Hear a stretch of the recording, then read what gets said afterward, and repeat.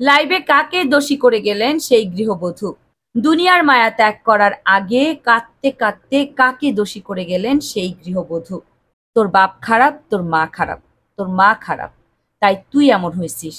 তোর দ্বারা সংসার করা কখনোই হবে না। তোর বাপ তো ১০১টা বিয়ে করছে। সমাজের বলা এমন কথাই কাল হয়ে দাঁড়ালো রেমির জীবনে। এমন কথা সহ্য করতে না পেরে সারা জীবনের জন্য পৃথিবীকে বিদায় জানালো এই গৃহবধূ। কাঁদতে কাঁদতে দায়ী করে গেলেন নিজের বাবাকে। আসলে কেন ২৪ বছরের এই গৃহবধূ দুনিয়াকে বিদায় জানালেন?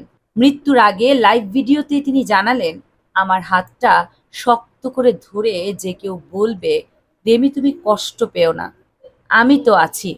না, এমন মানুষ কেউ ছিল না আমার পাশে।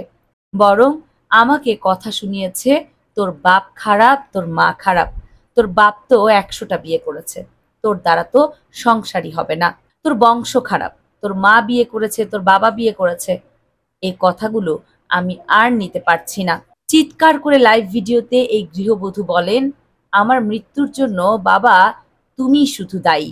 যদি আরেকটা বিয়ে না করতে, আমার মায়ের সঙ্গে যদি সংসার করতে, তাহলে আমাকে এইভাবে কথা কেউ শোনাতে পারত না। জেল যদি খাটতে হয়, তাহলে তোমাকেই খাটতে হবে বাবা। এখানে আমার স্বামীর কোনো দোষ নেই। আমার স্বামীকে এসব ঝামেলায় ফেলবে না। এই রেমি সমাজের কটূক্তি কথা কোনোভাবে মেনে নিতে পারেনি ২৪ বছরের এই গৃহবধূ। তাই তো দুনিয়াকে বিদায় জানালেন তিনি এবং লাইভ ভিডিওতে কাঁদতে কাঁদতে দোষী করে গেলেন তার বাবাকে।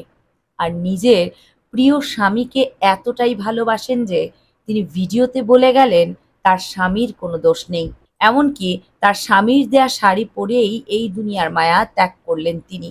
কাঁদতে কাঁদতে তিনি বলে গেলেন স্বামীকে তিনি কতটা ভালোবাসেন। এই সমাজের মানুষের কথার কারণে কত নারী যে এমন কষ্টে আছেন, মৃত্যুর পথকে বেছে নিচ্ছেন, তা হয়তো আমরা অনেকেই জানি না। তবে সমাজের এই কটূক্তি কথাগুলো আমাদের বন্ধ করা উচিত। আর শ্বশুরবাড়ির মানুষেরও এইভাবে গৃহবধূর উপর কথা না শুনিয়ে টর্চার না করাই উচিত। কামরুন নাহার রাখি, কেয়ানার মিডিয়া।